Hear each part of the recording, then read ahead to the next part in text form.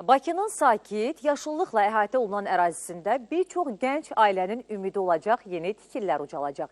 Mənzil İnşaatı Dövlət Agentliyi artıq ilk şəhərciyin salınması ilə bağlı layihəni hazırlayır.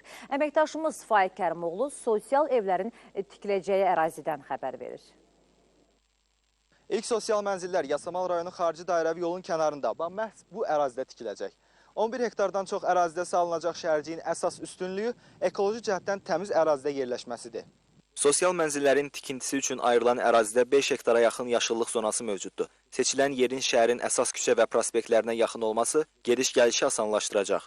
Bu ərazinin şəhərin iş yeri mərkəzlərinə yaxın yerləşməsi insanların vaxt itirmədən öz iş yerlərinə çatmasına imkan verəcəkdir. Həmçinin həmin ərazidə salınacaq yeni nəqliyyat şəbəkəsi gələcəkdə paytaxtın nəqliyyat sistemi ilə, daha doğrusu həmin ərazidə salınacaq nəqliyyat sistemi paytaxtın nəqliyyat şəbəkəsi ilə inteqrasiyası da nəzərə alınacaqdır. Binaların tikintisinə başlamaq üçün şəhərsalma planı hazırlanmaq üzrədir. İnşaata gəlincə isə layihələndirmə işləri bitdikdən sonra ilk mərhələyə start veriləcək. Artıq şəhərsalma əsaslandırılmasının hazırlanması prosesi başa çatmaq üzrədir və tezliklə tikintinin işçi layihəsinin hazırlanmasına başlanılacaq. Artıq həmin ərazidə mühəndis kommunikasiya sisteminin çəkilməsi ilə bağlı müvafiq dövlət qurumları ilə texniki şərtlərin alınmasına başlanılıbdır. Sosial evlərin inşası xüsusən gənc ailələrin mənzil problemini həll etməyə hesablanıb.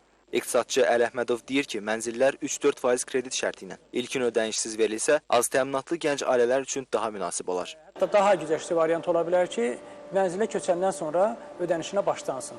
Yəni mənzilə keçəndən bir neçə ay sonra, hətta yarım il, bir il keçdikdən sonra ödənişə başlansın. Bu onun üçündür ki, az təminatlı ailələrin ödəniş qabiliyyətini daha da yaxşı etmək və onların aldıqları mənzilə görə ödəniş etməsinə şərait yaratmaqdır. Şəhərcikdə yaşayış binaları ilə yanaşı bir sıra sosial infrastrukturların da tikintisi planlaşdırılır. 2000-ə yaxın mənzilin inşa ediləcəyi şəhərcikdə məktəb və digər zəruri obyektlər də yaradılacaq. Faiq Kərimoğlu, Namiq Şirinov, Bakı.